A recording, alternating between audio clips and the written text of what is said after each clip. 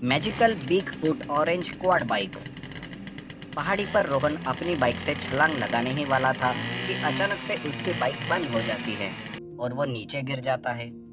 उसकी दोस्त उसकी मदद करने के बजाय हंसते हुए वहां से चले जाते हैं और रोहन वही जख्मी हालत में पड़ा हुआ रहता है। कौन करेगा रोहन की मदद? आइए देखते हैं इस कहानी में। उस गांव में रोहन नाम के लड़के को बाइक का बहुत शौक रहता है। उसके माँ बाप इतने अमीर नहीं थे कि उसके इस बाइक के शौक को पूरा कर सके। इस वजह से रोहन कुछ जुगाड़ करके दोस्त के गराज में ही अपने लिए एक बाइक बनाता है और दोस्तों को दिखाने के लिए वो जब जाता है तब उसका एक दोस्त उसे कहता है, अरे रोहन, ये बाइक तो बड़ी अच्छी है, कहाँ से खरीदी? अरे मैंने इसे खरीदा नहीं, खुद बनाया है अपने हाथों से। इस तरह से उनकी बातें चल रही होती है। तभी उसका एक नीरज नाम का दोस्त अपनी सुपर बाइक से वहां आता है और रोहन से कहता है, अरे ये क्या, तू हमेशा ही मेरी कॉपी करता है, तुझे और कोई काम धंधा नहीं है क्या? अब मेरी सुपर बाइक को देखकर तूने ये अपना खटारा बना लिया। Come on, grow up man. अरे नीरज, इस गलत फहमी में मत रह कि मैंने तेरी बाइक की कॉपी की है। अरे कॉपी नहीं तो और क्या कहूँ, फिर भी जो भी है ये है तो खटारा ना। तूने औकात के हिसाब से बनाया है इसे। इस तरह से नीरज रोहन को चिढ़ाकर बोलता है और वहां पर सारे खड़े उसके दोस्त उस पर हंसने लगते हैं। तब रोहन उसे कहता है, अगर ऐसा ही है तो मुझसे रेस करके देखो, तुम्हें पता ही चल जाएगा कि किसकी बाइक सुपर है और किसकी खटारा। रेस के लिए नीरज भी मान जाता है और वो सारे गांव की पहाड़ी पर जाते हैं। वहां पर मौका देखकर नीरज अपने दोस्त से कहकर चालाकी से रोहन की बाइक में पेट्रोल की जगह पानी भर देता है। रेस शुरू होती है, लेकिन बीच में ही रोहन की बाइक बंद होकर वो नीचे गिर जाता है। तब नीरज और उसके दोस्त उसके पास आकर हंसने लगते हैं। नीरज कहता है,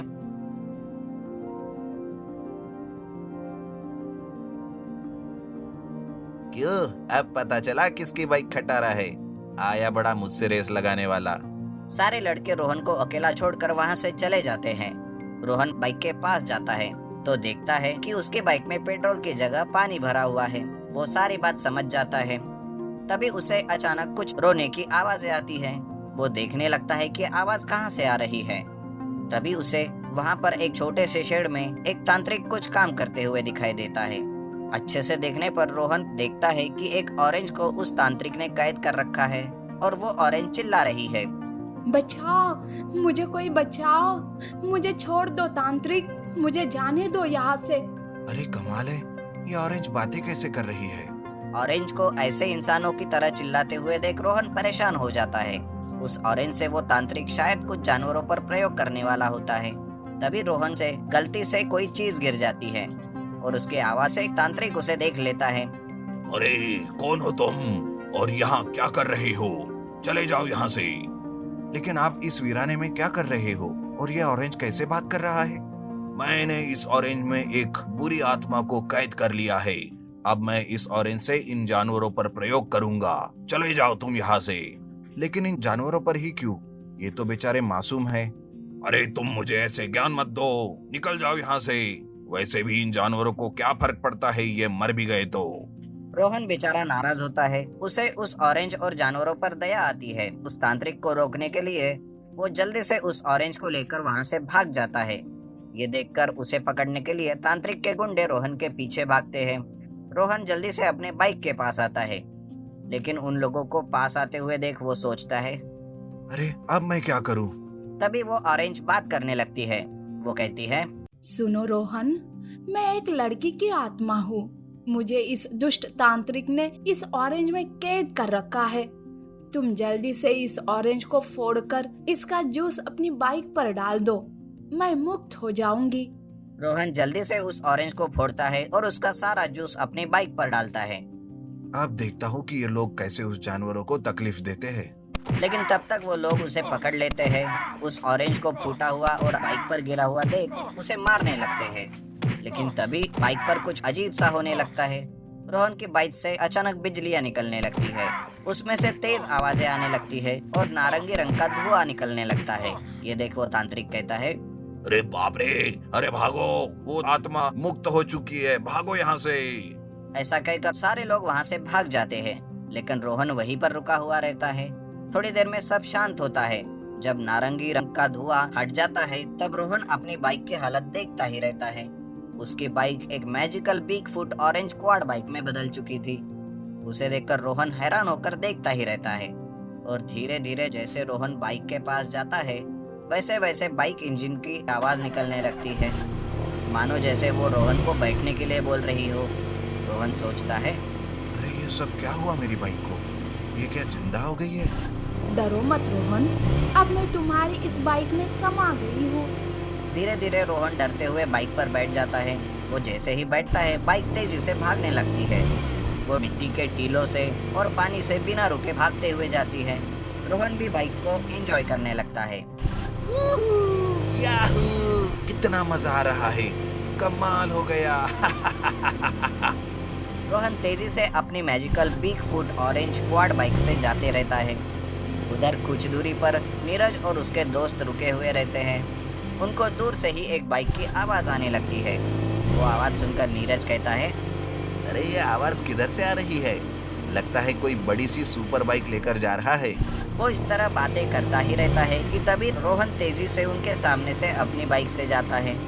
ये देखकर नीरज कहता है, अरे ये तो वो फटीचर रोहन है। अभी आधे घंटे में उसकी बाइक को क्या हो गया है और वो इतनी सुपर कैसे बन गई है?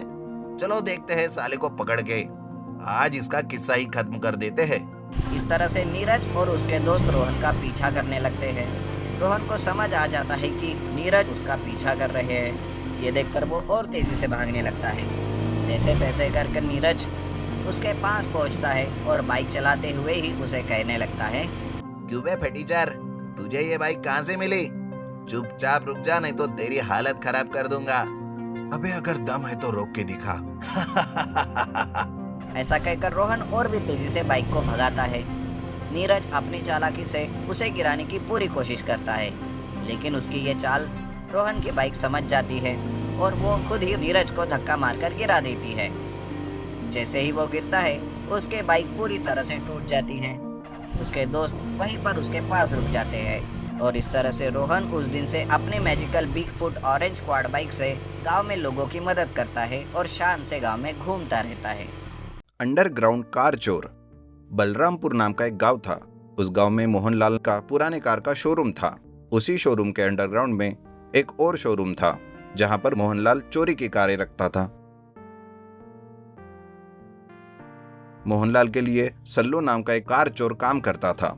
एक दिन सल्लू को मोहनलाल बुलाता है और कहता है, अरे क्या रे सल्लू, बड़े दिनों बाद इधर की हेडलाइट जलाई है तूने? कहाँ थे इतने दिनों तक? बस अभी अभी जेल से छूटा हूँ, सोचा आपसे मिलता चलूं।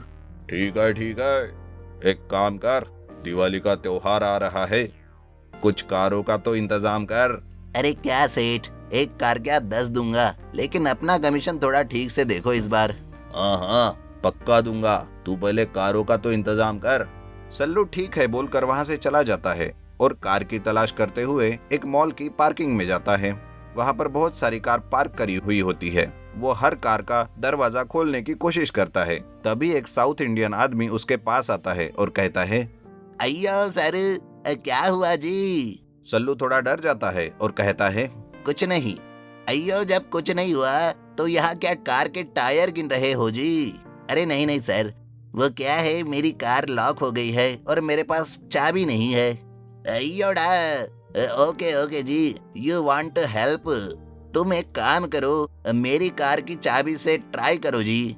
सल्लू उस आदमी के कार की चाबी से उस कार का डोर ओपन करता है और कहता है, अरे thank you sir, thank you very much. चलो अब मैं चलता हूँ। अय्यो तुम किधर जाता जी? मैं तो गांधीनगर जा रहा हूँ।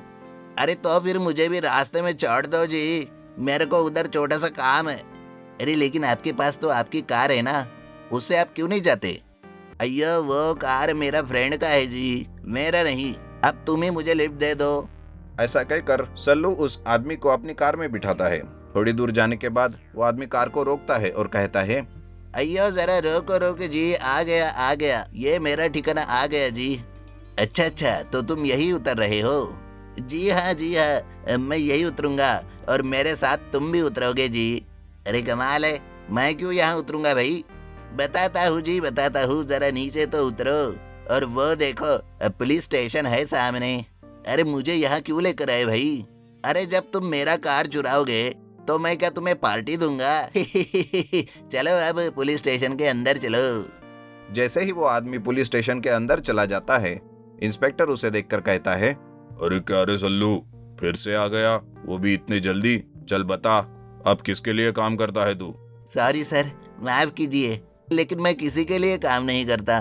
अबे सीधे सीधे बताएगा या दू एक कान के नीचे? सल्लू पुलिस को सारी बात बता देता है और उसे लेकर मोहनलाल के पास जाते हैं। मोहनलाल कहता है, आइए आइए सर, बताइए कौन सी कार दिखाऊं?